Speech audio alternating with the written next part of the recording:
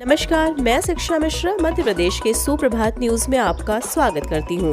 दोस्तों, मध्य प्रदेश की तमाम फटाफट खबरों को जानने के लिए हमारे चैनल को सब्सक्राइब जरूर करें। साथ ही कमेंट सेक्शन में जरूर बताएं कि आप मध्य प्रदेश के किस जिले से हमारे न्यूज को देख रहे हैं। तो चलिए शुरू करते हैं खबरों को, जानते हैं आज के मुख्य समाचार।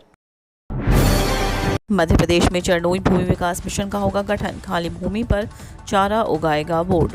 मध्य प्रदेश में गौवंश के चारा प्रबंधन के लिए चरणोई भूमि विकास मिशन का गठन किया जा रहा है, जो राजस्व विभाग के अंतर्गत काम करेगा। वहीं निगरानी का जिम्मा मध्य प्रदेश गोपालन एवं पशुधन संवर्धन बोर्ड का होगा। बोर्ड ने मिशन का गठन प्रस्ताव शासन को भेज दिया। प्रस्ताव मंजूर होने के बाद प्रदेश भर में खाली चरणोई भूमि का प्रबंधन शुरू होगा।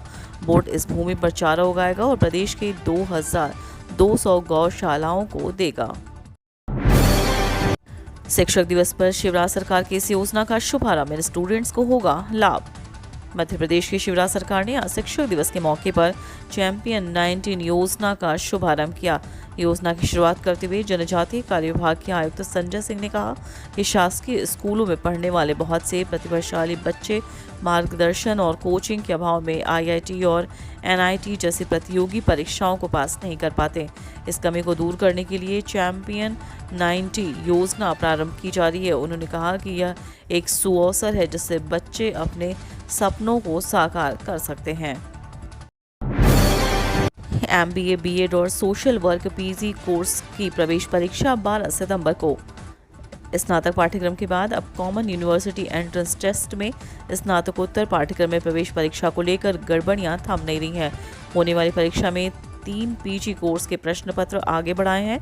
नेशनल टेस्टिंग एजेंसी ने भले ही परीक्षा 7 दिन बाद रखने को लेकर आदेश निकाल दिया हो, लेकिन जानकारी नहीं होने से इन पाठ्यक्रम में प्रवेश लेने वाले विद्यार्थी परेशान होते रहे हैं। उनका एडमिट कार्ड दिन भर डाउनलोड नहीं हुआ। खास बात यह है कि देवी अहिल्या विश्वविद्यालय के 18 MBA पाठ्यक्रम में भी शामिल हैं। हालांकि NTA ने शाम को वेबसाइट पर आदेश जारी कर दिया है और MBA, BEd और सोशल वर्क की परीक्षाएं 12 सितंबर को रखी हैं। मध्य प्रदेश में आदिवासियों को रोजगार देने वाली 2 नई योजनाएं होंगी लागू। मध्य प्रदेश में आदिवासी वर्ग को साधने के लिए सरकार 2 नई रोजगार देने वाली योजनाएं लागू करेगी। इसके माध्यम से आदिवासियों को स्वरोजगार के लिए बैंक ऋण पर ब्याज अनुदान दिया जाएगा। बैंक गारंटी शुल्क का भुगतान भी 7 साल तक सरकार करेगी। साथ ही विशेष परियोजना भी लागू की जाएगी।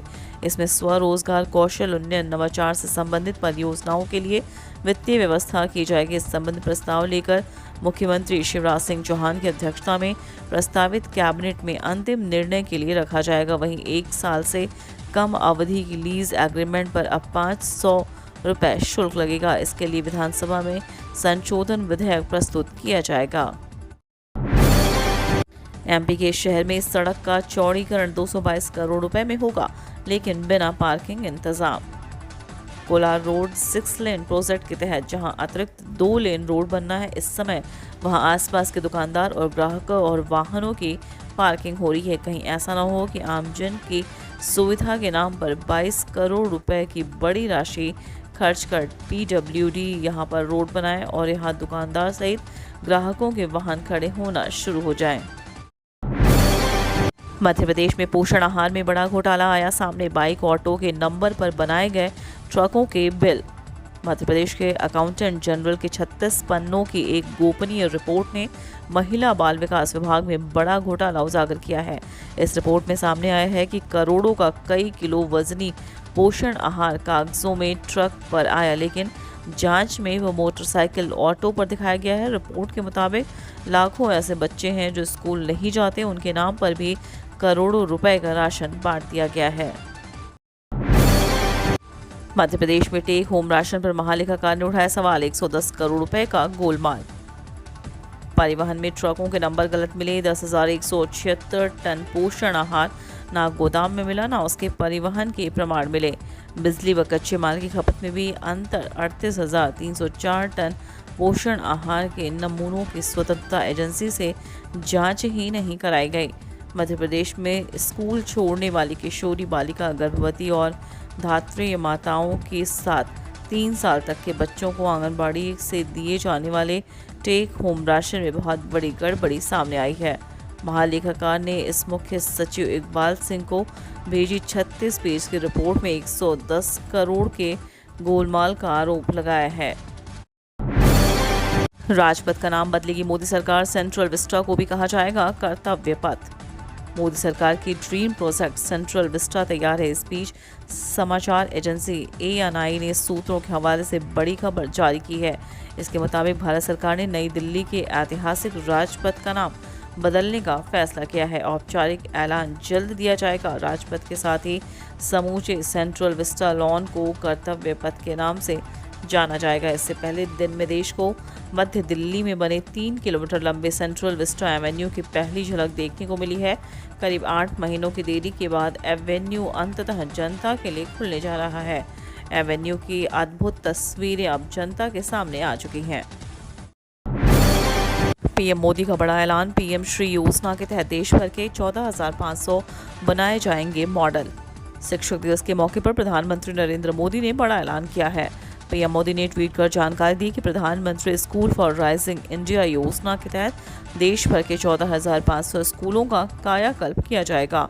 इन स्कूलों को मॉडल स्कूल के रूप में विकसित किया जाएगा। पीएम ने लिखा कि पीएम श्री स्कूलों में शिक्षा प्रदान करने का एक आधुनिक, परिवर्तनकारी और समग्र तरीका होगा। नवीनतम तकनीक, स्मार्ट क्लासरूम, खेल और अन्य सहित आधुनिक इंफ्रा पर ध्यान दिया जाएगा। राष्ट्रीय शिक्षा नीति ने हाल के वर्षों में शिक्षा क्षेत्र को बदल दिया है। मुझे यकीन है कि पीएम श्री स्कूल NEP की भावना से परे भारत में लाखों छात्रों को लाभान्वित करेंगे। कर्मचारियों का गुस्सा, सरकार और शिवराज सिंह को बताया तानाशाह। वन विभाग के कर्मचारियों ने सोमवार को एक दिवसीय हड़ताल के दौरान अपना आक्रोश व्यक्त किया है। गुना जिले में आक्रोशित कर्मचारियों ने मुख्यमंत्री शिवराज सिंह चौहान और मध्य प्रदेश सरकार को तानाशाह बताया है। कर्मचारियों का आरोप है कि माफियाओं द्वारा उन्हें लगातार प्रताड़ित किया जा रहा है। पुलिस वन कर्मचारियों पर मुकदमे दर्ज कर रही है, लेकिन मध्य प्रदेश सरकार वन कर्मचारियों की सुरक्षा के प्रति गंभीर नहीं है। KCR का बड़ा ऐलान। गैर भाजपाई सरकार बनी तो देश के सभी किसानों को मुफ्त बिजली।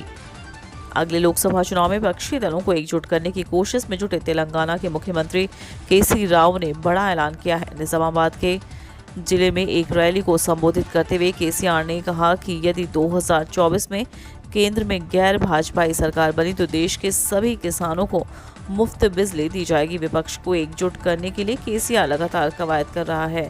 पिछले दिनों उन्होंने पटना का दौरा किया था। NDA से अलग होने वाले नीतीश कुमार से मिले थे। इस बीच दिल्ली में भी हलचल तेज है। नीतीश कुमार ने कांग्रेस नेता राहुल गांधी से मुलाकात की।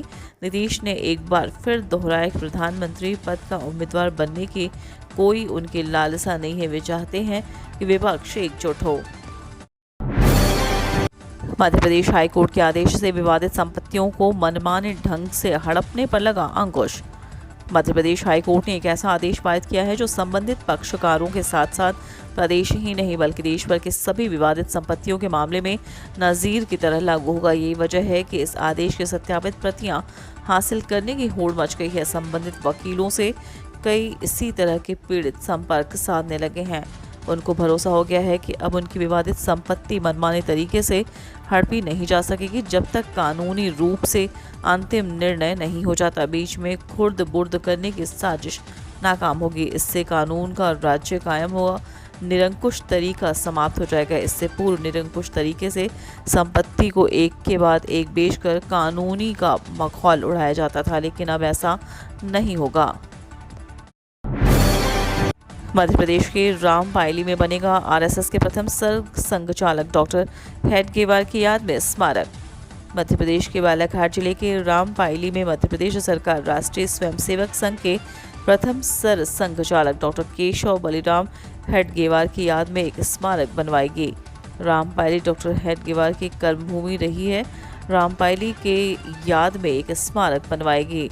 रामपायली डॉक्टर हेडगेवार की कर्मभूमि रही है। वे कलकत्ता से MBBS करने के बाद RSS की स्थापना के पूर्व एक लंबे कालखंड में यहाँ रहकर अंग्रेज़ों के लिए खिलाफ भारतीय स्वतंत्रता संग्राम की विभिन्न गतिविधियों को संचालित करते रहे हैं।